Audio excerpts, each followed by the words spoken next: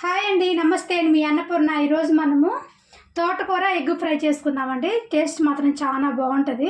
ఇది ఎలా చేయాలి నేను చేసి చూపిస్తానండి. ఇప్పుడు చూడండి, నేను స్టవ్ ముట్టించుకొని ఒక బాండీ పెట్టేసుకున్నాను. ఇట్లానే ఆయిల్ వేసుకుందామండి. ఒక 3 స్పూన్ల దాకా ఆయిల్ వేసుకున్నాము. ఇవ్వండి, నేను రెండు తోటకూర కట్టలు తీసుకున్నాను. శుభ్రంగా నీటికి కడిగేసి పెట్టేసుకున్నానండి. అట్లానే కట్ చేసేసుకొని శుభ్రంగా కట్ చేసి నీటికి కడిగేసాను. అట్లానే నేను 2 కట్టలకి 5 కోడిగుడ్లు వేస్తున్నానండి, సరిపోతాయి. ఇవ్వండి, ఆయిల్ వేడైపోయింది కదా. ఇప్పుడు కొంచెం అంత జీలకర్ర, అట్లానే ఒక 5 పచ్చిమిరపకాయలు దాకా వేస్తున్నాను. కొంచెం కట్ చేసి కొంచెం అంత కరివేపాకు,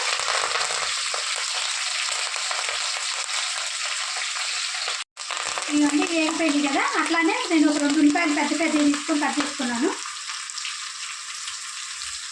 కొంచెం ఉల్లిపాయలని కొంచెం వేగేదాకా ఫ్రై చేసుకున్నాను. ఇవ్వండి, ఉల్లిపాయలు వేగిపోయినాయి కదా. ఇప్పుడు ఒక గుప్పుడు మెంతిం కూర వేస్తున్నాను. నేను మెంతిం కూర కూడా కొంచెం ఫ్రై చేసుకున్నాను.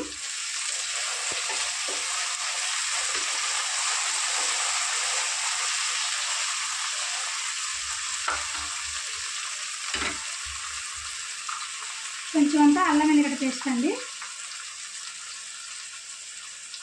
ఒక స్పూన్ అల్లం వెల్లిగడ్డ పేస్ట్ వేసాను. అల్లం వెల్లిగడ్డ పేస్ట్ కూడా ఫ్రై చేసుకున్నాను.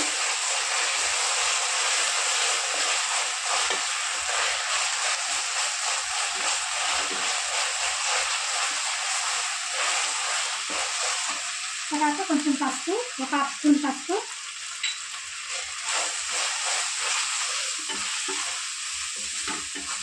చూడండి బాగా వేగిపోయింది కదా. మనం అల్లం పేస్ట్, పసుపు, మెంతిం కూర కూడా బాగా వేగిపోయిందండి. ఇప్పుడు మనం తోటకూర పెట్టేసుకున్నాము. శుభ్రంగా 2-3 సార్లు నీటికి కడిగేసుకున్నామండి.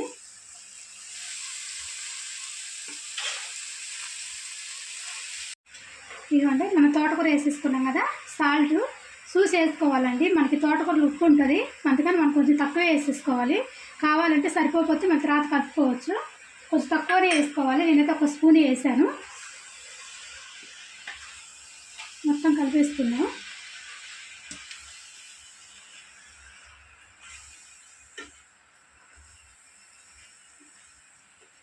తోటకూర మొత్తం కలిపేసుకున్న తర్వాత మూత పెట్టేసుకొని ఒక 2 నిమిషాలు మధ్యలో కలుపుకుంటూ ఫ్రై చేసుకుందాం. ఒకసారి చూద్దామండి. చూసారు కదా, మనకి తోటకూరలో ఉన్న వాటర్ అంతా అయిపోయి ఆయిల్ పైకి వచ్చేస్తుంది.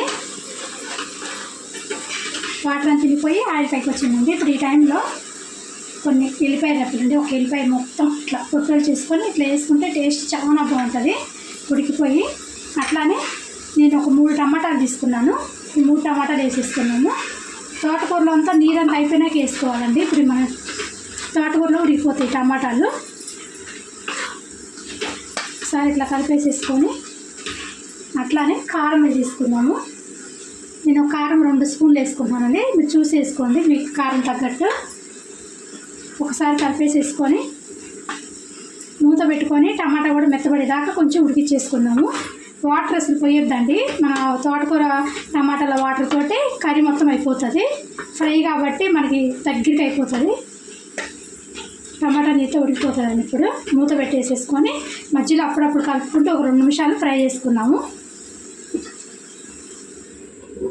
చూద్దామండి ఒకసారి. చూస్తారు కదా, టమాటా కూడా మెత్తగా ఉడిపోయింది. మధ్యలో అప్పుడప్పుడు కలుపుకుంటూ ఉండాలండి, చెప్పాను కదా. ఇట్లా టమాటా కూడా కొంచెం ఇట్లా ఒత్తినట్టు చేసినట్టు కలిపితే మెత్తగా ఉడికిపోయింది. టమాటా కూడా వాటర్ అంతా అయిపోయి నూనె పైకి వచ్చింది. ఎల్లిపాయలు కూడా బాగా ఉడికిపోతాయండి. ఇక చూసారు కదా, మంచిగా ఉడికిపోతాయి. టేస్ట్ కూడా చాలా బాగుంటుంది. కొంచెం ఇట్లా ఇట్లా పక్కకి ఇట్లా అనేసుకొని మనం గుడ్లు కొట్టేసుకుందామండి. నేనైతే 2 కట్టలకు 5 వేసుకుంటున్నాను. మీ ఇష్టం ఎన్నైనా వేసుకోవచ్చు.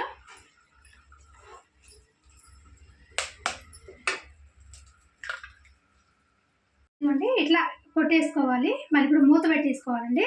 కొంచెం మంట సిమ్లో పెట్టుకుంటే ఎగ్ బాగా ఉడికిపోతుంది. మూత పెట్టేసుకొని చూద్దామండి ఒకసారి. చూసారు కదా, గుడ్డు కూడా బాగా ఉడికిపోయింది. చూడండి, పట్టుకొని చూపిస్తాను. అసలు ఏమన్నా అంటుందా అవట్లేదు, మొత్తం ఉడికిపోయింది. ఇప్పుడు ఒకసారి కలిపేసేసుకున్నాను. ఇంకా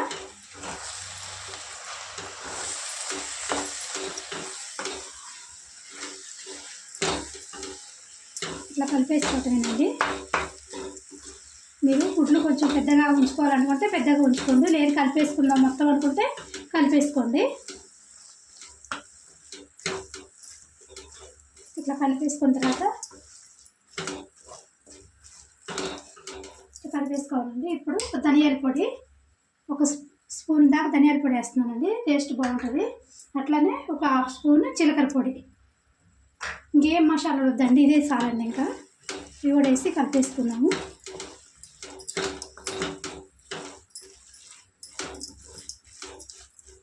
ఎగ్స్ కూడా ఉడికిపోయినాయి కాబట్టి ఒక్క 2 నిమిషాలు వేసి ఉంచేసుకొని ఆపేసుకున్నాము. అట్లానే కొత్తిమీర కూడా వేసేసుకున్నాము. ఒకసారి కొంచెం అంతా కొత్తిమీర వేసుకొని ఒక్క 2 నిమిషాలు ఉంచుకొని ఆపేసుకున్నామండి. చూద్దామండి, ఒక 2 నిమిషాలు అయిపోయింది కదా, చూస్తారు కదా మంచిగా వేగిపోయింది తోటకూర కూడా. ఇంకా నేను గ్యాస్ ఆపేస్తున్నాను. ఇదిగోండి, కోడిగుడ్డు తోటకూర ఫ్రై అయిపోయిందండి. టేస్ట్ మాత్రం చాలా బాగుంటుంది, రైస్లో కానీ చాలా బాగుంటుందండి. జొన్న రొట్టికి, పులకాకి, చపాతీకి అయితే ఇంకా కాంబినేషన్ చాలా బాగుంటుంది టేస్ట్. ఒకసారి ఇలా ట్రై చేయండి, మీరే చెప్తారు అంత బాగుంటుంది. మీకు నచ్చితే మాత్రం ట్రై చేయండి. లైక్ చేయండి, షేర్ చేయండి, సబ్స్క్రైబ్ చేసుకోండి. ఇలాంటి మరిన్ని రెసిపీస్ కోసం గంట సింబల్ నొక్కడం మర్చిపోకండి. సపోర్ట్ చేయండి. బాయ్.